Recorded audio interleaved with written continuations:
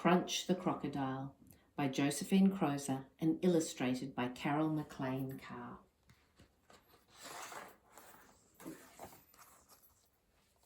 Once there was a peaceful river. On the banks of this river lived a greedy crocodile. His name was Crunch. All the creatures of the river would tremble when they heard his voice. Crunch and munch, crunch and munch. My name is Crunch and I want my lunch. When the fish heard him coming, they would swim away. When the frogs heard him coming, they would hop away.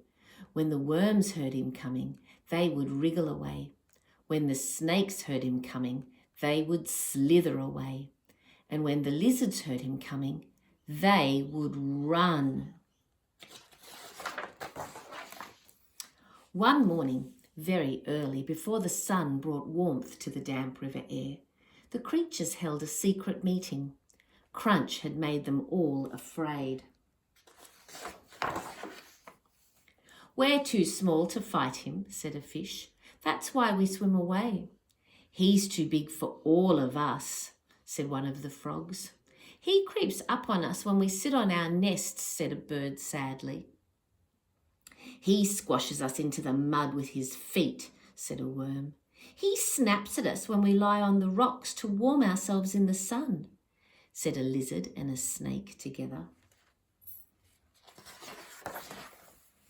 The creatures plotted and planned. The first rays of light were touching the trees when they quietly went back to their homes. It wasn't long before they heard a familiar sound. "Crunch and munch, crunch and munch. My name is Crunch and I want my lunch." How they hated that sound, but today they'd been waiting for it. Today they had a plan.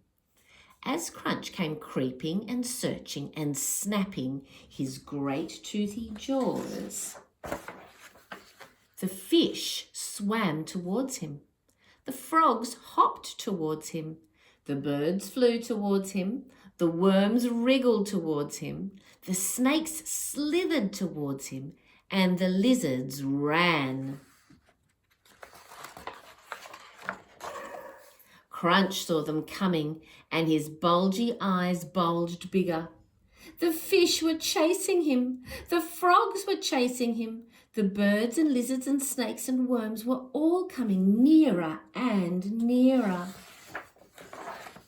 What a big, gigantic, monstrous meal Crunch could have. All he had to do was open his mouth and let them come in. But Crunch was not only greedy, he was also a terrible coward. He could hear the lizards' feet tapping as they ran, and the birds' wings flapping as they flew, and the fish's tails swishing as they swam. All the creatures stared at Crunch as they came closer and closer. Crunch turned. Crunch ran. He slipped in the mud and splashed in the water as he hurried and scurried away. Crunch kept going. He didn't want any swimming, running, hopping, wriggling, or flapping things coming after him. The creatures of the river stopped and listened. Crunch kept on running. The birds twittered, the frogs croaked, and the worms glugged in the mud. Then the creatures turned from the chase. The fish swam, the frogs hopped, the birds flew, the worms wriggled, the snakes slithered, and the lizards stood up and ran home to their own part of the river. By evening, the river was peaceful again, when the shadows of the trees were long and dark upon the water, and the wind was sweeping ripples through the reeds. The creatures of the river fell asleep.